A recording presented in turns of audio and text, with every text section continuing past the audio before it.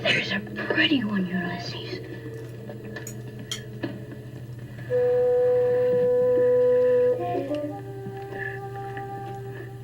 There it is. Hello, BookTube. I'm Sean the Bookmania. Welcome back to my channel and to another episode of Zooming In, which is a new series. Well, I keep saying it's new, but eventually I'm going to have to stop saying that I've launched on my channel, which is short conversations with bookish social media luminaries the world over about articles about bookish topics online. And boy, is this topic bookish, and is my guest bookish. This is Brian from the fabulous BookTube channel called Bookish, and a friend of mine, but we've just finally seen each other on Zoom. This has been very exciting to have a first Zoom face to Zoom face chat. Brian, hello and welcome. Thank you, Sean. Thanks for having me. I was really excited when you invited me to do this and looking forward to our conversation. Well, I hope that you feel as positive about it at the end as you do going in. Me too. We're here to talk about, I had to invite Brian of Bookish to talk about this article. It's from Book Riot, September 1st. The title of the essay is Bookish is a Bad Thing? A History of the Word Bookish by Addison Reiser. So, yes, I think my rationale for inviting Brian of the BookTube channel, Bookish, is quite apparent. And Brian, take it away. What did you make of this article? When I read the article, I thought that article that I chose my channel name wisely, because I thought every aspect of that definition could probably be applied to me in some way, shape, or form. The article goes into detail about how the difference in the meaning of the word over time. And even, going back to Dr. Johnson, I was like, yeah, I'm kind of like that, I guess. So, I thought it was, I enjoyed the article. I thought I did pick the right name. That does sound like me sometimes. So hopefully I'm a little bit of all the different definitions and not completely any of them. But yeah, I really thought it was very apropos. The two main definitions, and I don't think that this article, did they ever specify which was the original meaning and which was the secondary? I don't. It doesn't really specify. Even when they go back to Johnson and Shakespeare, they have Shakespeare using it as a positive and Shakespeare using it as a negative. So it seems like only the Johnson definition, I think, was indicated somebody who's, everything they know comes from books and therefore they don't have any practical knowledge or anything like that. But I Shakespeare and I think most of the others used it in two different ways. So the two different ways are anything that's related to books. So just an adjective form for books or bookish. The other one is someone who lives in books and doesn't really live in the practical world. So an impractical person who gets all their knowledge from books and doesn't really deal well with reality. So yes, that does, putting those two together does sound like you, but it also sounds like me. I imagine it should sound like lots of people on BookTube in lots of ways. I'm always like, when we watch a BookTube video from somebody and you think, oh, they're like me.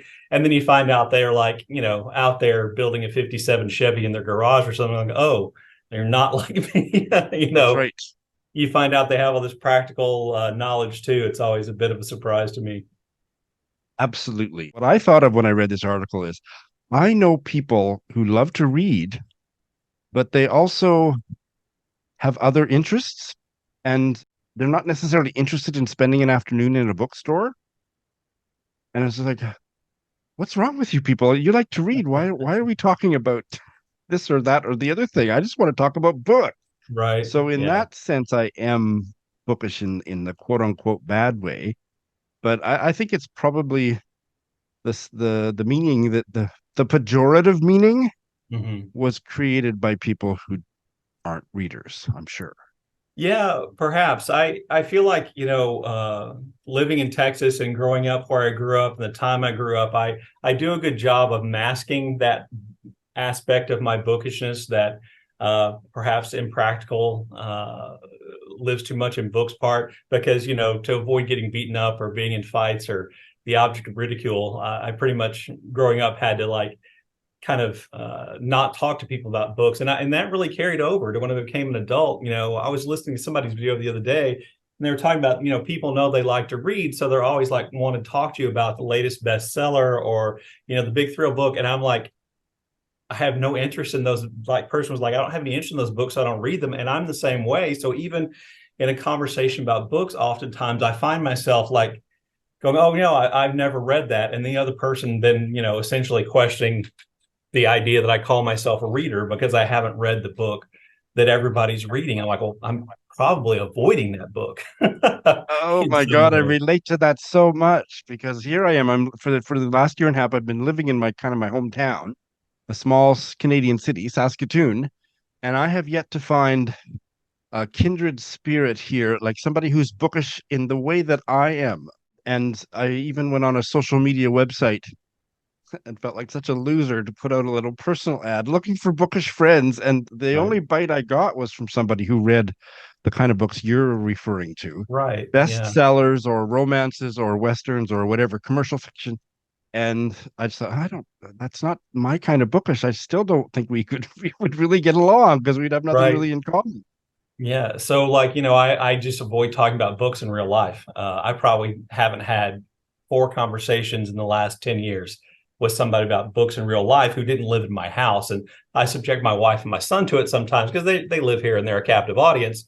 But, in terms of like just meeting people, the chances that they have read, the book, and this sounds terribly snobby, but I don't mean it that way. But the chance they've read a book that I really loved are slim because how many people that I know are going to have read a Ronan Hessian book that I loved and that I would be comfortable talking to them about how I like this book, love this book about these 2 unusual men who kind of still lived at home and their progress, or that doesn't sound like the kind of book most of the men that I would meet would be interested in talking about at all, or would like walk away and go, what's wrong with that guy? Why is that his favorite book or something? But so that's why booktube is great, because I get to find people who are interested in that book and who share kind of similar ideas about books and writers and things like that.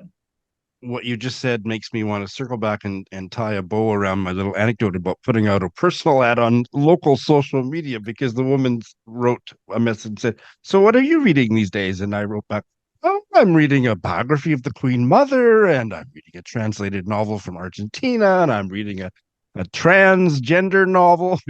I never heard from her again. Yeah, probably living in Texas, I'm probably not going out there asking people at large, if they've read the latest transgender novel or something like that. So Uh, that's actually interesting. Let's hone in on that. So you're okay. born and bred Texan, right? Yes. Never lived So anywhere else. bookish must be in terms of like Texan culture. Bookish is usually a bad thing. Um, I would say yes. Outside of like, my family's pretty bookish in general.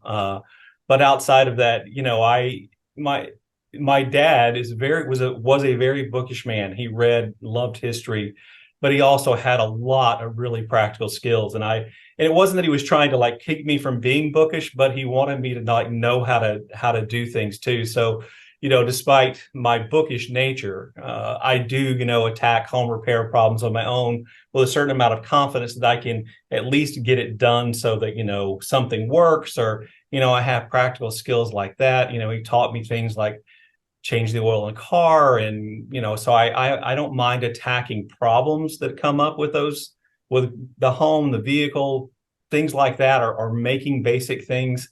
But I don't relish the idea. I don't like think, oh yes, I get to go work. I'm not that person. So, you know, I think he did a good job trying to make sure that I had practical knowledge as well, even though, I do still embarrass myself of my lack of understanding sometimes of how practical things work. I was working with helping move my daughter and my son-in-law and his father, my son-in-law's father. I don't know what that makes him, my in-law father. We were trying to cinch something down with anyway. And so there's a piece of equipment had used, and I was like, okay, I think I know how it works. And I started trying to do it, and it didn't work. And he was trying to tell me how to make it work. And I was like, Once I feel the pressure that I don't know what I'm doing, then it gets worse. Then I like really just kind of fall apart. Like, okay, well, somebody else is gonna have to do this. If I can do it without you watching me, so I have like 10 chances to figure it out, I'll get it figured out. But if you're standing there watching me and I feel that pressure that you're going, and a Texas thing, judging me as a man because I don't know how to make this thing work, then I will fall apart at some point. Well, let's not get into a pissing contest about who is the most impractical person, because I will win. When I was a kid, I had a library. So my grandparents got me. I showed this on another episode. My grandparents got me my own library staff. Wow. Library of Sean Mooney. And one day when I was in about grade 4 or 5, there was a field trip out to my library, the whole grade, because I grew up in a small town, so that was like 16 students. Right. Like it was a carpool out to my library, and my mom served cookies. And so I've been out of the closet as being incredibly bookish from day one. And my Yeah. grandparents always knew what to get me, books or money for books or whatever. Some things never Yeah, I had changed. relatives who always got us books. Like there were the aunt and the uncle who would send you a book, and like Kids Book of the Month Club, they signed us up for. And my mom bought me book plates, that I could write my name on and put in my books and things like that when I was pretty young. So, within the family, bookishness was normal. Outside of my immediate family, it was a lot different. And well, I used to have a fishing channel where I went. That was something I still love to do, that I learned then. And, just basic Texas things, I was introduced to those things and developed a certain level of at least passing proficiency at some things, so that I didn't necessarily seem like the odd duck that I was on the inside. I call that masking normal, I guess, is kind of what it would come down to, normal for the situation in which I lived. So, honest answer. Have you ever read while fishing? I have never read or listened to a audiobook while fishing. I have not, Wow. or even never even listened to a booktube video. So this is and you're probably not gonna put this in. This is just so nerdy about fishing, but it is my outside time. It is my time, and I hate to say it, like communing with nature, but that's the shortest way to put it. Where and as dumb as it sounds, where I can think about fish, and I can think about trying to catch fish, and what is working, and to me, it's like a problem solving activity. What will work here that didn't work there. And so, no, I don't listen to don't consume any books when I'm fishing. For me, fishing is I'm up, I'm moving. I'm not just sitting watching the line. I'm casting and reeling in and changing lures and things like that. That's, to me, fishing. If it was just sitting still, I'd last about 3 minutes. I don't have that kind of patience, but active kind of problem solving, that's kind of how I thought about it. It's kind of nerdy in the fishing sense, but I get a new Well, lure yeah. and want to see if it worked. And so there you go. Sounds a little fishy to me. There's a lot more fish stuff than you probably wanted in your video about books. I would like to share some of the quotes here. In particular, there's a poem from the late 16th century. The poem is called Epigram, and there's no author identified, but I'll try to read it. There's only one or two words that I'll read in the old. There's a word, instead of saying said, it's quotes. Mhm. Everything else sounds like, if I read it the right way, it's going to sound like modern English. A scholar newly entered marriage life, following his study, did offend his wife, because when she his company expected, by bookish business she was still neglected. Coming onto his study, Lord, quoth she, can papers cause you love them more than me? I would I were transformed into a book, that your affection might upon me look. But in my wish, with all be it decreed, I would be such a book you love to read.